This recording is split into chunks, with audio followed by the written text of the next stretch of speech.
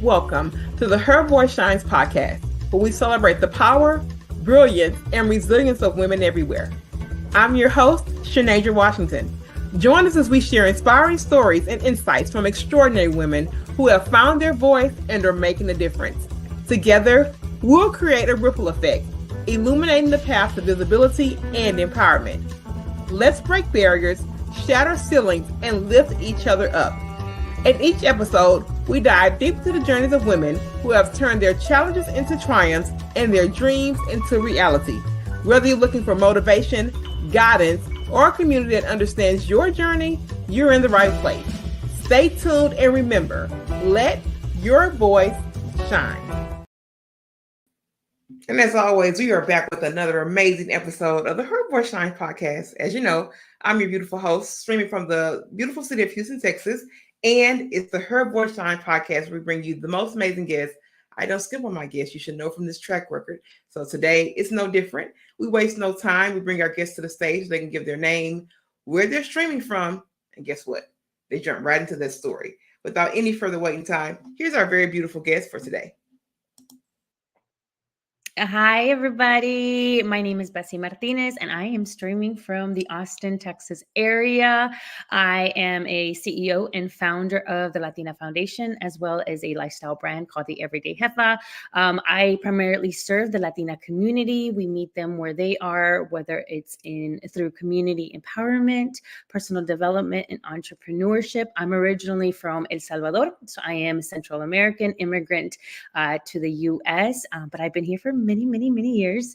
And that's what I do. I also empower other women to be able to share their voices, make sure that we create spaces where they're seen, heard, and supported. And I truly believe that together we are better. And so I'm really excited to be here with you all and share more of my story about all the things and how I got here. So thank you so much for having me. And thank you for that, Bessy. I just have to kick off. When I see a bold name, Latina Foundation, that means you felt it in your heart and you stood on business. So you have to talk to me about standing bold in that name, because sometimes when we hear organizations that weave in a demographic just by the name, sometimes people love it and sometimes people hate it, straight up, no cap. So I want you to talk about that name, standing firm on that, and really how you come to find the name and really appreciate that being the name. Yes, no, absolutely. Especially right now in the state of Texas and with the DEI situations that we are currently going through. When I came, I wanted to make sure that people, when they saw the name, they knew exactly who it was that we served, and that is the Latina community. And it is because we're not going anywhere. You know, we've been here for many years. We're multi-generational community members, and we have so much to offer as well through economical development, to just history in general. So there's a lot of layers to us, but we're ultimately, a lot of the times we are underserved in so many aspects, whether it's in our personal growth or even as entrepreneurs, we're not always the ones that are fully, looked at to be able to fund. However, we love to spend. We are very large in the consumer region, but I just wanted to really make sure that people knew who I served, and that, we have the same playing field as everybody else, but sometimes we're just not given that opportunity. And I wanted to make sure that people knew that this is a place where that opportunity was going to be available to them by meeting them. I knew I was probably, at some point, somebody was going to probably question the name, or even why, given, again, like I said, the DEI circumstances that we're currently in. But I said, you know what, until we cross that bridge, I'm going to stand firm in my decision of naming that, because I just really want people to know who it is that we serve. Yeah, I love it. Another part of my business, I'm going to have podcasts, but also to, have a business that I'm always asked that question, why did you name it this or whatever? And I said that when I decided to do this walk, it was going to be Shanasia's way. It was going to be from Shanasia's perspective, and I was going to do that. So part of that was a freeing for me. I know that in my name, because we sometimes have to kind of fall into the constructs of how society is, right? But when you get to a point to where you say, no, I'm not doing it that way, and even in my naming convention, I'm being that bold. I honor you in that. So I knew I wanted to kick off the interview with that so that we have that context. But when you went through what the Latina Foundation did, I heard a few different things. I want to talk to you about how those services are structured, how what people kind of know that these services exist, kind of, and really, really what that transformative looks like for your clients, what that transformation is. Yes, no. So all of it really started, like I said, I am an immigrant from El Salvador. So a lot of what I've brought to the table and what I've created throughout the years that I can possibly remember, even as an entrepreneur myself, has really been based on my upbringings and my storyline. And ultimately it came, if I'm going through these types of things, there's got to be other people going through the same thing as well. So kind of taking you back a little bit, I started a program back in 2020 when I moved to the Austin area during the pandemic. I'm new to a city. I am, I'm an entrepreneur. I'm working digital. I'm got 2 kids at home, also, virtually learning. I want to make friends, but we're not able to because we're in the middle of the pandemic. And the Austin area is a little bit different than a lot of the other major cities in the state of Texas. So, the Latino and the Hispanic community is sometimes primarily felt in a lot of bigger cities like Houston and San Antonio. Here in Austin, I didn't feel like there was as much visibility, even though we are here. We are, contributing to the area. I just personally did not feel like there was enough representation when it came to our community and supporting our community. And so I piloted a program called Austin Latinas Unidas. And what that was is exactly that. It's Unidas means unification. And so I just wanted to unify other women that were like-minded, other women that were potentially going through the same struggles that I was going through, whether it was you were new to the city or you were trying to find people that look like you and spoke like you and understand just life in general like you. And it was, again, Austin is a major city, but it really centered around all of Central Texas. So, Waco all the way far south is Butte and Kyle. And just saying, hey, look, like this is a digital space, because of course we weren't able to meet people at the time in person.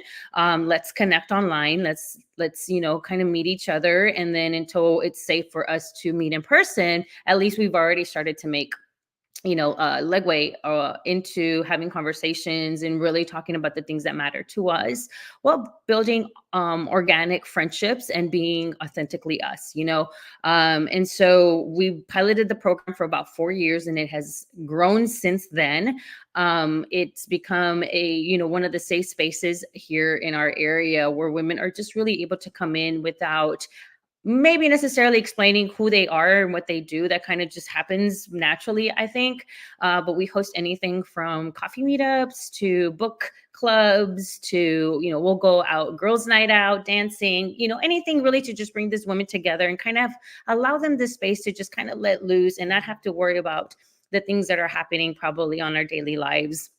And then we started integrating workshops. We started listening to what the community was asking for. They wanted to learn how to start their business or scale their business. They wanted to learn how to be able to partner or collaborate with other organizations. We had the opportunity to collaborate with Netflix at one point. And so being able to teach them how to be able to get out of their own way in order to meet them where they were in their journey and what they felt was success to them. We just started implementing those types of ideas and events. And so as we kept on listening and implementing, these ideas and these things that people were needing, we realized actually this is probably the foundation of what could potentially be a foundation, which is at the time I didn't have the name, but I was thinking maybe this could potentially be that one of those pillars that serves our community. This one just happens to be the community pillar. But what else can we do for our community? I just always felt like there was still gaps that needed to have a little bit more closure to, and that was, creating spaces. There's not a lot of BIPOC event spaces here in the Austin area for us to be able to not just support, but also feel like that is our home for us to create events, workshops, celebrate each other.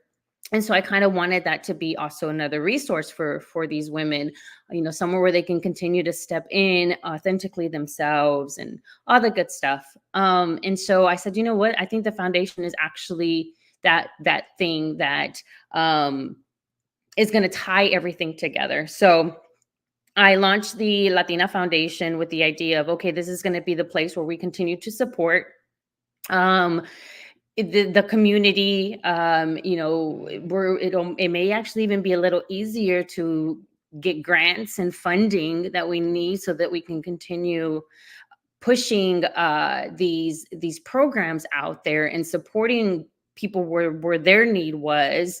And so I created the Latina Foundation, and Austin Latinas Unidas quickly became the foundational pillar for community building here, specifically in Austin. And so it was like, okay, well, if we did this in Austin, what other cities can we also create this community empowerment aspect for the foundation? And so, we're fairly new. The Latina Foundation officially launched last October, but thanks to, just truly believing in what our mission is and the things that we're wanting to do to help advance our community, we've been able to partner up with other companies, and specifically in the entrepreneurial aspect of our foundation, we have started up. And when we mean startup, we literally took them from ideation into reality and helped them start their business. So we've officially done 7 of them in less than a year. So we've started up 7 businesses, Latina businesses in the state of Texas. And that's just us getting started, right? That's really us realizing there's a need here, but what else can we continue, and who else can we start knocking our doors at to say, look, we can't do this alone. It takes a village to be able to make sure that we are all being seen, heard, and supported, and also being able to share to everybody else of what the possibilities are. So all of that really has led into what now is the Latina Foundation. Mm-hmm. That's really powerful. And I definitely need to kind of peep the scene, if you will, in Austin. I went to undergrad there. I was there from 2004 to 2008. I went to Houston-Tillotson University. And when I was there, when I was there in 2004, it was a no for me. It was it was a strong no for me. And I remember just kind of being ready to kind of get back to the Houston area. And I have a lot of cues now that says I need to come back. I'll be there probably on campus in a couple months or so. But I know that the landscape has changed. I am so happy to see that representation there as well, because it just wasn't doing anything, especially in 2004. But what I hear, Bessy, this is what I hear. I hear community leader, I hear entrepreneur, I hear go-getter, I hear mama, I hear a lot. You got to tell me about juggling and over in this space of. I need you to speak from that place, because I've heard a million things. I listen. I got to facilitate the conversation. You got to tell me about juggling and perhaps some of the challenges there, and what is Bessy doing to make sure she's on track? Oh yeah, no, for sure. So like I recently, I was on another podcast, and I had kind of gotten asked the same question, like, how do I balance it? And I was candid, and I said, and I'm going to be candid here too, like, there is no such thing as balance. I'm sorry, ladies, come at me if you want to, that's okay. However, there is no such thing as balance. Why? Because you can't give everything 50-50. There's just not. It's not ideal for scaling and being prosperous and successful in all aspects of your life. But 2, there's something's going to fall through the cracks. But I think that the way I see it is, it's actually, instead of an obstacle, I see it as an opportunity. And it's not me being woo-woo saying, hey, I only think about positive things or whatnot. No, I go through my dark moments as well. But when I go through those dark moments and I go through those dark periods, what I am doing and how I'm handling is going to make the world of a difference as to how the other side is going to look at. There have been moments where I have questioned myself, do I have the capacity to be able to continue doing the things that I'm doing? And that's necessarily in probably any aspect of my life. Do I have the mental capacity? Do I have, the heart to continue going? Do I have, how am I at home? Am I sacrificing too much at home to give to this thing that I feel so passionate about? But I ask those hard questions because that's how I also get to learn who I am as the individual and who I am in this particular moment in my life.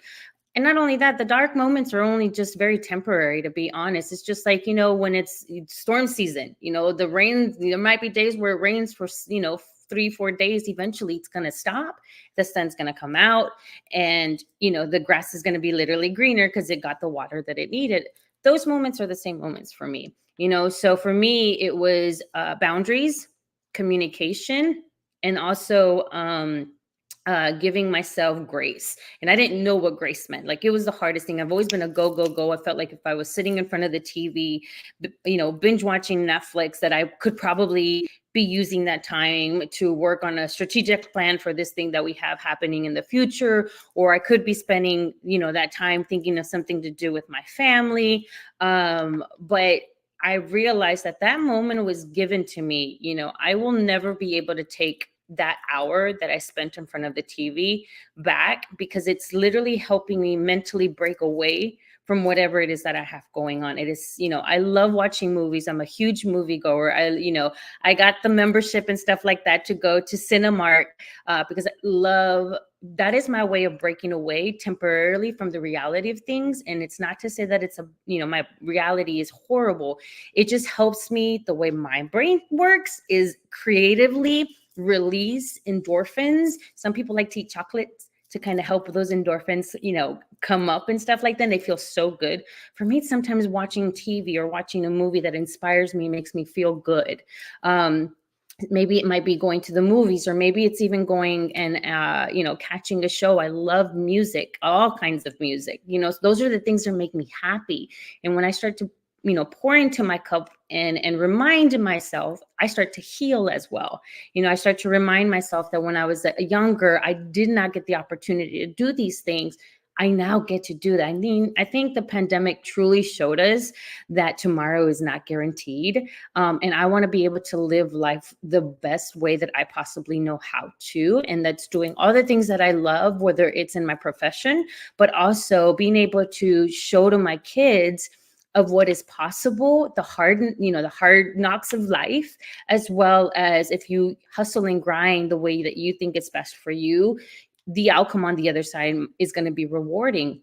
And so I always encourage, especially moms or people that have take on responsibilities that are that may necessarily be your children, but the responsibility of younger generations, that you need to fill up your cup too. I communicate all the time with my kids and with my family here at home. And I'm all about, hey guys, like right now we're currently working on, we're 2 weeks specifically today, 2 weeks away from our annual event, which is called Latina Day Weekend, where we celebrate National Latina Day.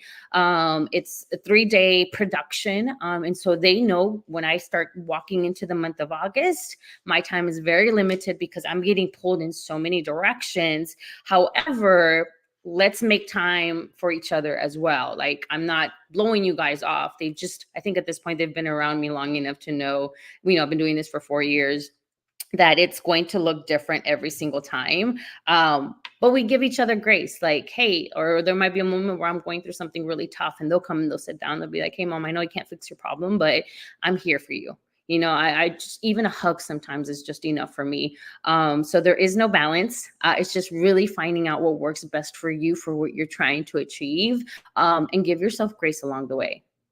Yeah. Learning to give your self grace is kind of easier said than done. And I think so many women never get, it's a real thing, because some people, or women specifically, never get in that space to do that. So a part of this podcast is hearing people say that, because even now, transitioning from corporate to entrepreneurship, it's a big lesson with grace. Mm-hmm. It's a big, big lesson with grace, Bessy. And I have to remind myself, it's going to be new. It's going to be the new thing. You're still going to have all of this business stuff. You're still going to have the community stuff. You're still going to have being caregiver mommy. But what are you going to make sure that you're taken care of? And I always tell myself that in this stage of my life, that people will get the overflow. That means Shanasia fills herself all the way up, and then what overflows, that's what you get. Okay. Yep. So I want to make sure I say that. I have to go here because something in the intake form stood out, and it's not talked about nearly enough. You talked about this idea of competition within our own communities. Mm-hmm. And when you said that, Bessy, I almost went outside of my house and just started running around it, because I said, they don't talk about this enough, because we always, say this unity stuff, and on surface it's looking like a lot of unity and all this stuff is showing up. But you know what's happening in the background. You know just as well as I know what's going on in a lot of these spaces and things. So I want you to talk about that. And I want you to give the audience and viewers a pivot from, if they're in that mindset of consistent competition, then Bessy, they really don't have to be. Yeah. I'll start with this legacy. What legacy do you want to leave? What do you want? Not necessarily what people are going to think about you on what you did, but what legacy do you want to leave? Because remember, I also spoke about this, we tend to forget, we're so caught up and on the gung-ho of our ancestors, right? But we tend to forget we are actually somebody's ancestors as well. So what we're doing right now is going to impact the future generations. And so when I talk about competition within ourselves, within our own community, is because I'm still seeing a lot of people with that crabs in a bucket mindset, where I struggled, you have to struggle so that you know what it's like to be able to have XYZ like I have. And to me, it's like, I'm sorry, I'm doing injustice to the future and even sometimes current generation that are really trying their hardest. We already have a lot of things already stacked up against us. Even just as demographically, right? So why would I want to add on to what's already working against us and tell the person that's in my same demographic, sorry, I can't help you, you got to figure it out? And it makes zero sense to me personally. So to me, it's like, okay, you feel like that's how it's going to be. I honor that. I hold space for that. I truly don't feel like that's where I am in my journey and what impact I want to create. My mission here, regardless what I'm building, whether it's my foundation or anything else, my mission is to help the next person, because guess what? I didn't get that. And it really was hard to realize that there were people out there that did not want to help you for the simple fact of you're not struggling like them. And so finding people that were in competition with you within your own community was so frustrating. But I also said, you know what? They have, that's their journey. That's not my journey. That's not my story. That's their story. Do I want to contribute to that? Is up to me. Now that's my choice. I'm going to hear you out. I'm going to take compassion. I'm not here to change your ways or your mindset. That is not what I was placed on this planet to do. However, I was placed here to be able to show others, when you do things just a little bit different, what the outcome can be. And I think because I've done that, and I've been I don't just talk the talk, I walk the walk, that it's one of those, I'm showing that those are the results. And that what is really possible when you really start supporting your own people. That is so powerful. And what stood out to me in that segment is that you said that we often forget that right now we are somebody's ancestors. Mm-hmm.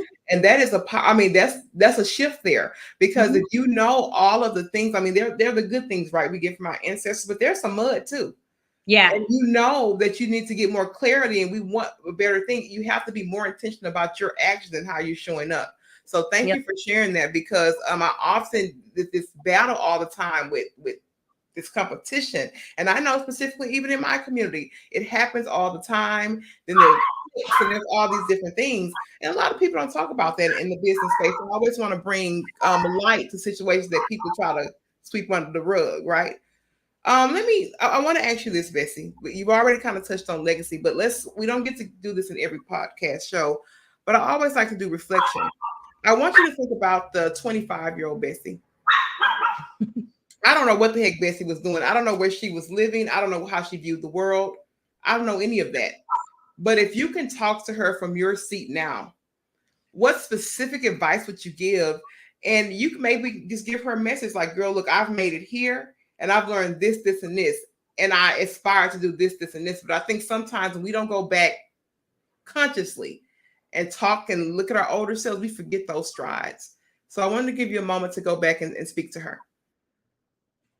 That's interesting, because usually when we get asked the question, if you could tell your younger self, we typically go back all the way to our childhood, right? Because a lot of the things that we say or we're told or we're advised stems from our childhood, right?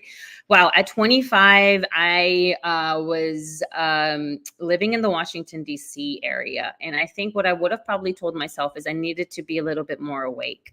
And the reason I say that is because when I was living in Washington, D.C., I was very much in the complacent space.